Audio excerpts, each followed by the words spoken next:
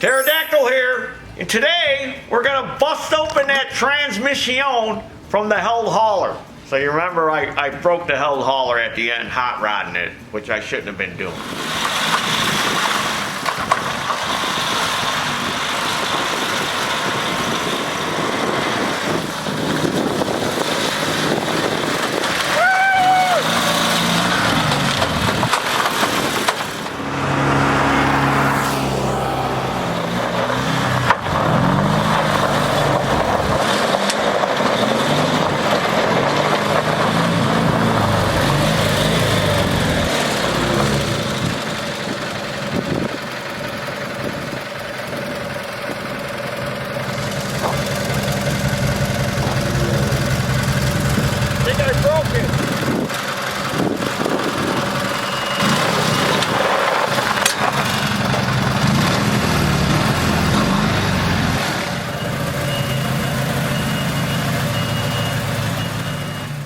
So, I got that forward reverse transmission out of the held hauler. It wasn't too difficult to take out. Only took me about half an hour. Slide those collars off that are in the back. Now this was made by Common, which is, you know, out of business now. Somebody else bought them. But I went on the interscreen. I really couldn't find any information on this thing. I did find one picture of a guy had one opened up, but that was about it. Unless I'm looking in the wrong places. But we'll find out when I get this thing cracked open what I did to it. Now remember, it went in reverse when I broke it trying to do those donuts. It would drive in reverse, just wouldn't drive forward. So that's telling me I sheared something off, a key, a bolt, a roll pin or something. But we'll find out when I get it cracked open. And I didn't have to take the wheels off, which I thought I was going to have to do. So now I can move it around, get it out of shop because it's taking up space until I get this thing cracked open. So I'm going to go ahead and remove all the bolts and then split it in two and take a peek inside and see what I did. So I'm locking the differential by sticking this threaded rod in there, and then I got a punch in the other side. And then I got a pair of vice grips on the input shaft. So I'm going to spin it, and I got it locked in forward. I'm going to spin it to see what had failed.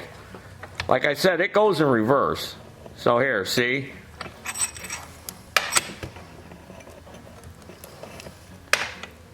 This gear, whatever holds this gear on, a key maybe, there might be a key in there. I sheared it off. That's why it won't go forward. So I got to pull this bearing off. Try to get this gear off. Pull the bearing, and then there was a snap ring and a little washer, and look, there's a key under there, a woodruff key probably, that I done sheared off when I was torturing this poor baby. So now I'll get that off and get a woodruff key in there and get this thing back together. So there's what's sheared, that part of the key. And who knows how much of this might have been already in the works. And then I just pushed it over the edge. So it's all smeared right here. So I got to get that cleared off, and then this should slide off next. So I'm thinking that key goes all the way through, holds all these gears on. Well, that keyway that ran all the way the length of this shaft. And there it was. It was all broken in a bunch of pieces. Now I know I didn't do that just from doing them donuts. This thing was probably ready to bust anyway. So now I got it all back together with a whole new key in it. So now it's all good to go. But when I was trying to get the differential out of the housing, I was tapping on it, then all of a sudden it bound up on me. So I took it apart because it's just a differential, and it's just pretty simple. Just got your diff gears, and then these are your spider gears. So what had happened is when I was tapping on it, I knocked the snap ring out of its groove right there. So then everything was binding. So all I got to do is just put this snap ring back in its groove. See? Now it's back in. Now I'll wash it out real good, and then I'll reassemble it. So now we're all ready to put this thing back together. And drop it back into held. I also got the covers all cleaned out too. So I washed them all out real good, so that way we put it all back together. We'll put fresh gear oil in there. Alright, I got the transmission all reinstalled. There it is, all back in there.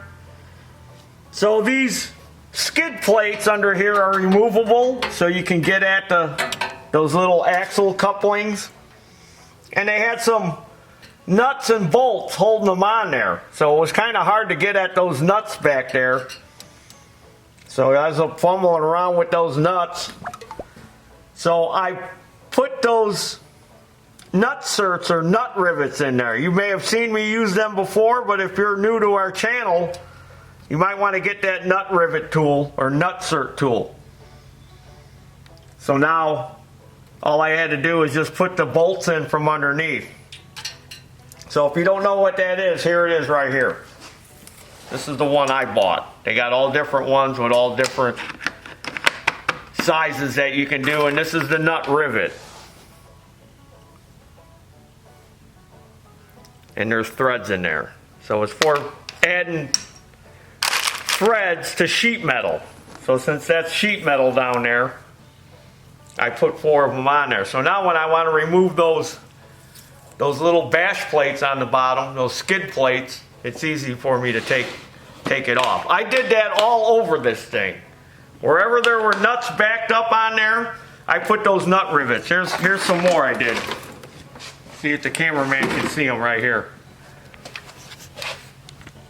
I did them there on the sheet metal. So a lot of spots I did them on this, where I did all this down here. There's a nut rivet in there and a nut rivet in there. It's a handy dandy tool. Get one. If you're doing a lot of this restoration and fixing stuff up and turd polishing like I do, this is a must-have. It's a pretty good product, this dark stuff. I got some other stuff I bought from them, and it seems to be pretty good. Alright, so we got it back in. So let's take it for a ride. I'm not going to beat on it this time, because that transmission, probably next to impossible to get, and if I did find one, I'm sure whoever had it would want a fortune for it. So we'll have to fire it up, fire it up, fire it up, and take it for a ride, take it for a ride, take it for a ride. I'm going to take it for a ride, but I'm going to be easy on her. I'm going to be easy on her.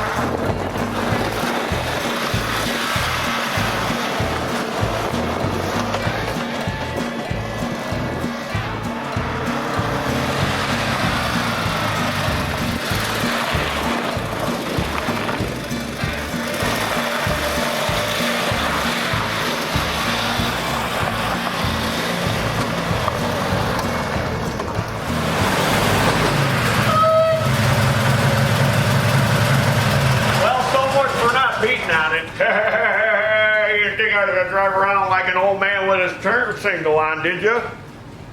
Oh, that's right, that's what I was doing.